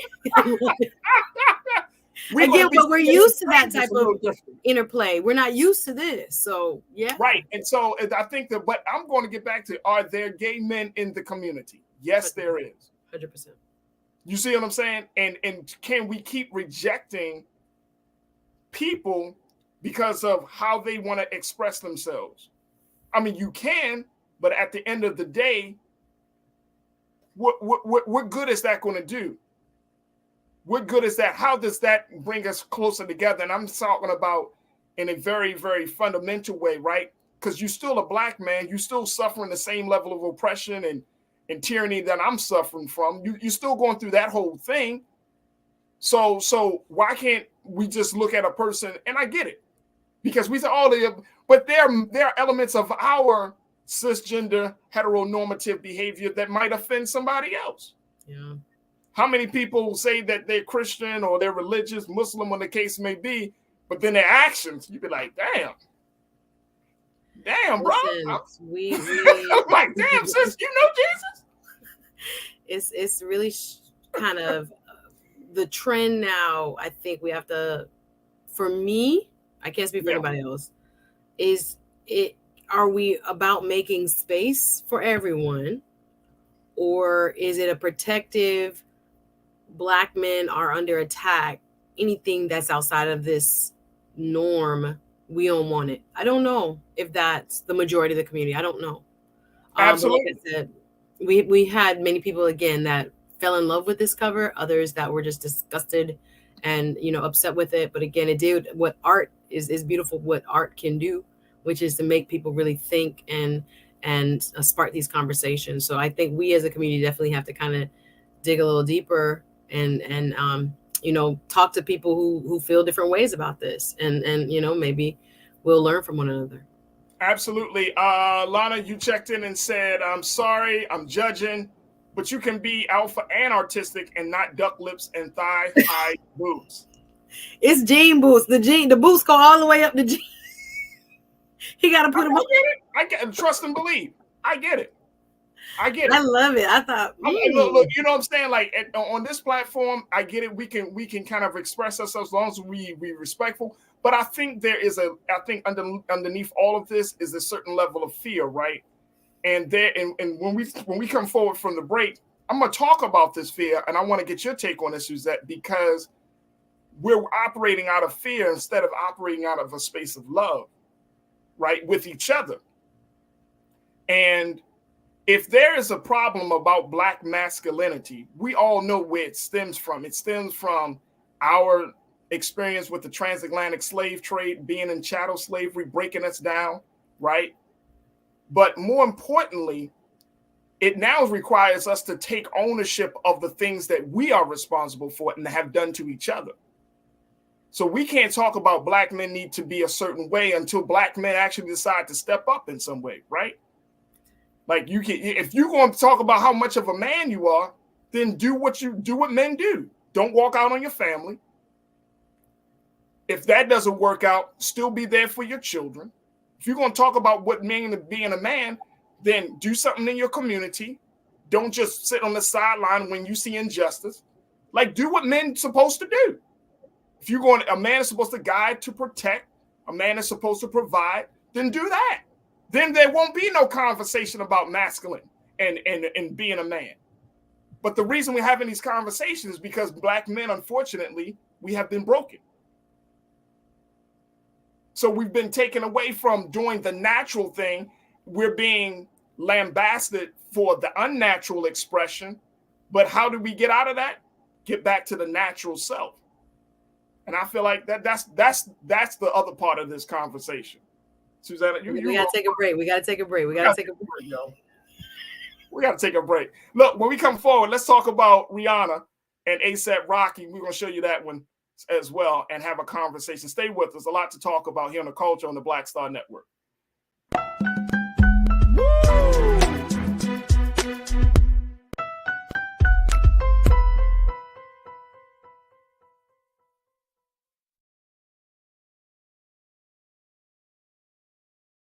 When you talk about blackness and what happens in Black culture, we're about covering these things that matter to us, speaking to our issues and concerns. This is a genuine people-powered movement. There's a lot of stuff that we're not getting. You get it, and you spread the word. We wish to plead our own cause.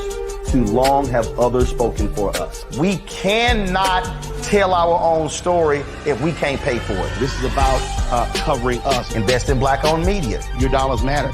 We don't have to keep asking them to cover our stuff. So please support us in what we do, folks. We want to hit 2,000 people, $50 this month, raise $100,000. We're behind 100,000, so we want to hit that. Y'all money makes this possible. Checks and money orders go to P.O. Box 57196, Washington, D.C. 20037-0196. The Cash App is $RM Unfiltered. PayPal is R Martin Unfiltered. Venmo is RM Unfiltered. Zelle is Roland at RolandSMartin.com. Black Star Network is here. Oh, no punch! I'm real revolutionary right now. Thank you for being the voice of Black America. All momentum we have now, we have to keep this going. The video looks phenomenal. See, there's a difference between Black Star Network and Black-owned media and something like CNN. You can't be Black-owned media and be scared. It's time to be smart. Bring your eyeballs home. You dig? Hatred on the streets, a horrific scene, a white nationalist rally that descended into deadly violence. White people are losing their damn minds. As an angry pro-Trump mob storms the U.S. Capitol, we're about to see the rise of what I call white minority resistance. We have seen white folks in this country who simply cannot tolerate Black folks voting. I think what we're seeing is the inevitable result of violent denial. This is part of American history. Every time that people of color have made progress, whether real or symbolic, there has been what Carol Anderson at Emory University calls white rage as a backlash. This is the rise of the Proud Boys and the Boogaloo Boys. America, there's going to be more of this. Here's all the Proud Boys, guys. This country is getting increasingly racist in its behaviors and its attitudes because of the fear of white people. The fear that they're taking our jobs, they're taking our resources, they're taking our women. This is white fear.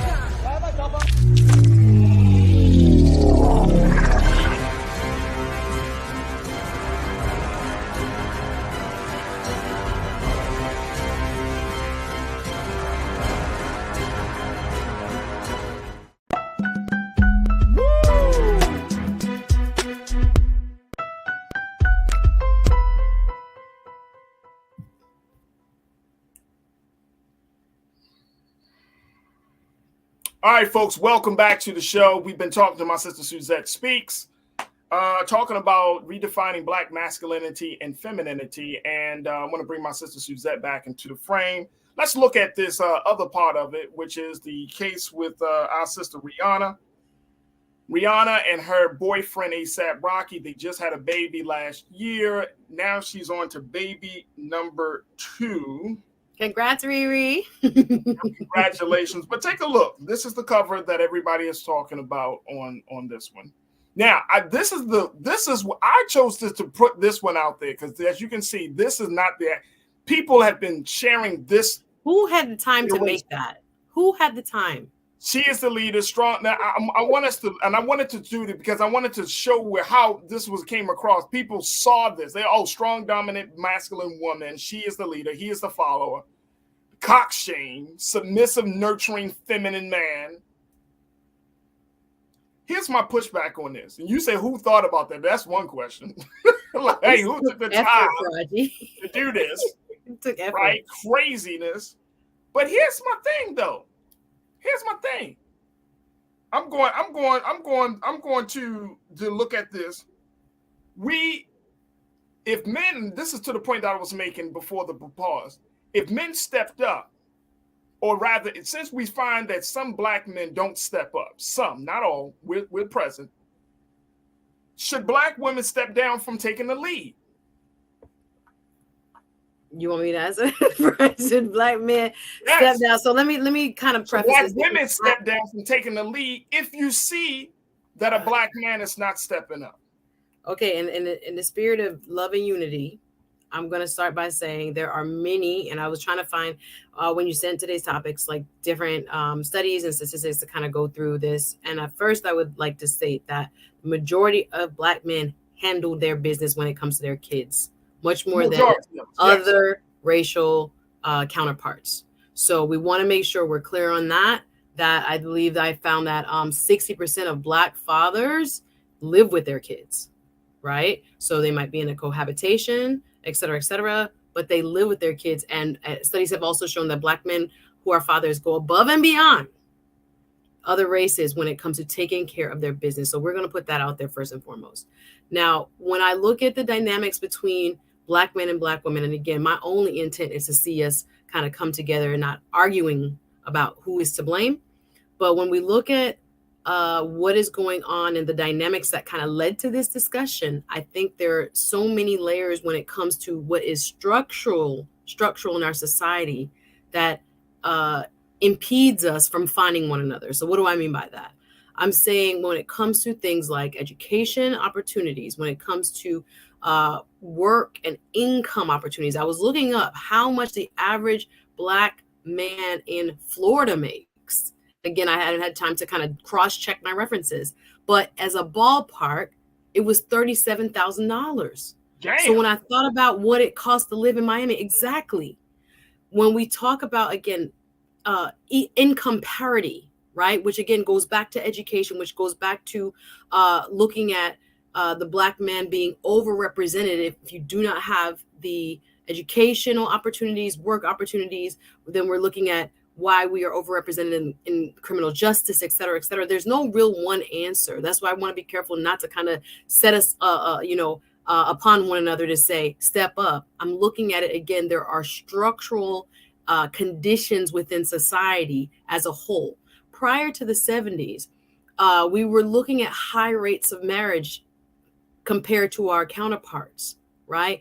I want to dispel the myth that culturally, we are not necessarily pro-marriage. We were or have been, right? Until recently when we started looking probably to the end of the 70s, right? We're looking at the drug war, and we're looking at how drugs were infiltrating our communities because we had no plane to fly them in on, but came here to the United States, particularly to economically deprived areas. And when I think about what the end result has been for all these contributing factors, it leads to when women are having, these conversations amongst themselves about how do I find who I deem to be of parity, right? So when we're looking to bring it back to Rihanna's picture, right? So there's this underlying kind of conversation happening between us that we know about. And again, when we see the photo, not to say people necessarily can't have an opinion without feeling a triggering experience looking at it, but for both men, and I can't speak for men, but how they will feel they are not, in a sense, regarded in our community or regarded by society as a whole. They're not rated, the way they should be or respected the way they should be. The conversation then starts to emerge. Well, look at this as a symbol of where we are with our women. And I think that's a dangerous thing to do, to let one picture kind of start to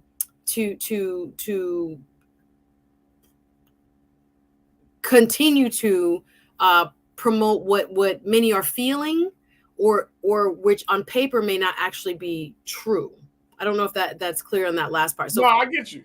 37% of Black women have never been married, right? And look, the majority of Black men have never been fathers either. Right. It's a small group having most of our kids. And right? So there's a lot of misnomers. Sorry, go ahead, Farajii. No, I was just going to say, you said 37% of Black women never been married. 70% of Black women hit the household in the Black community. 70%. This is nothing to do with. This is not like hearsay. This is fact. No, when it comes to children, the majority of children are born into households led by their mothers. Absolutely. Or by a mother figure, aunt, grandmom, that type of figure, right? Could be a close friend of the family, but they're reared by women. 70% of those households, of our households in the Black community. That speaks volumes. Right? So I think that to that point, yes, you're absolutely right. But there's this thing that as if, and I didn't see this. I didn't see Rihanna saying, "Oh, I'm better than him." I see a man who's letting his wife or he's letting his significant other shine. That's what I saw. Farajii, the article was about Rihanna, and this was in British Vogue, guys, that, she just came off of having a baby, going back to work in a major way at the NFL, Super Bowl halftime show. She hadn't performed in as many years. This was an article about her. And again, going back to our prior conversation about Black masculinity, people took issue with the man not being in the front and holding the baby. What is wrong with a Black man showing affection and love? I think there's another, and this is not on this picture, but other pictures featured in the article where he's like cooing with the baby and people are upset. It's showing him cooing. What grown man who is a real dad and father to his child doesn't again experience moments where A, you have to be the nurturer, or B, you're gonna be the protector? Same thing with the woman. You have this spectrum there. People that won't date people like me, Farajii, because they say we too A-type and we want to control and we want to do all this. But no, you know what? You know what I learned about women like that? Women that y'all and I hate to use the word submit because that has it has negative connotation. Here we go. No, seriously, I hate to use the word submit, so I'm not going to use that. But y'all will allow a man to take the lead if he leads with wisdom. 100%. You see what I'm saying? Like if a man is showing that he has a brain in his head, right? He's not going to be able to think about everything. And if y'all, for all of my brothers out there that's watching this, y'all understand if y'all married and stuff, like, of course, we're not going to be able to figure everything out. But y'all, the women in your lives will be willing to follow if they have seen that you have a consistent pattern of making good decisions and that you know how to lead with wisdom. Loyalty, trust. You know what I'm saying? Loyalty, Wisdom. right? And Like you ain't gonna get Suzette on the Bobo. She a lawyer. She already heard We're it not all. playing games, Farajii. We already know what we can do. We're supposed to help one another. At the same time, it can be argued, we have some within our community that want people to pay, bills the first date. And some who want to do, again, it's a survival. Unlike, again, I'm looking for my life partner. Others are, again, looking for, we can go into deep conversations about the casual dating nature. Actually, my show on Saturday is going to be about dating broke, and what people expect on a first date. So right. Yeah, there are multiple layers to even that part of it. But I do think sometimes, again, we get so trapped in the stereotypes that anything that we think is beyond it can make us very uncomfortable, can make us feel like there's a greater agenda. Again, it's a large platform. And again, we don't often get these large platforms. So when we do, we want, the general, our community wants the best representation possible. There are many who still believe, again, to play, devil's advocate, that it would have been better if, ASAP was in the front, Riri was in the back, Riri was lower, he was bigger. There was so much kind of read into this piece of art, this cover, that many felt, again, an agenda was being placed upon us and upon society as a whole, that the Black woman is the leader and not the Black man, and that he's. And again, I'm going back to my point. I'm going back to my point, Suzette. We wouldn't be having this conversation if we did not see behavior from Black men that showed otherwise. If Black men, and if a brother gets mad at seeing a picture like this, be like, bro, I don't know what your personal intimate relationships look like, but you got it. Before you start jamming up on her and ASAP, have you stepped up as a man in the lives of your significant other, your children? Have you decided to show to bear that burden? Right? Because we won't be having a conversation like it's like a married man versus talking to a single man. As a single man, you can't tell me nothing, bro. You can't be like, well, see what you need to do.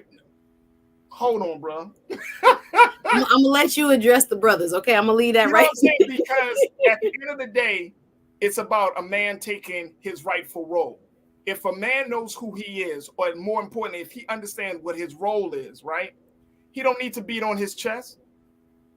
He don't need to do all of the extra stuff. He just needs to be present, focused on the role that he's supposed to play. When his significant other, if the woman is talking to him, to listen. I mean, there's so many different things to this thing. What is rocket science? On YouTube alone, this idea of simping and the simp culture has made it seem like something is wrong with a man who is nurturing and loving and supportive. I think that is a kind of key theme that is pervasive in this conversation. Like, there shouldn't ever be a time where in real life, I'm not talking about with celebrities, with regular people take on different roles. It's a give and a take. What works for your household is not necessarily what works for my household, and vice versa. In real lives, men can be and are nurturers, supporters at different times and stages of your life and in your relationship. It's just kind of ludicrous to think this is the only time or an instance where a man can't show that in reality, that reality of what really goes on in a relationship. Like, so much, I don't know if it's triggering. I don't know if it's, again, collective trauma, from slavery, and how we are so, sensitive. And I get that. Sensitive to not seeing Black men as heads of our community. And is it by design? I get that sensitivity. But I do think there are other messages for me, just me personally, I'm seeing in this piece of art. And again, we're not necessarily going to agree on what we're seeing. Right. But it makes for good conversation.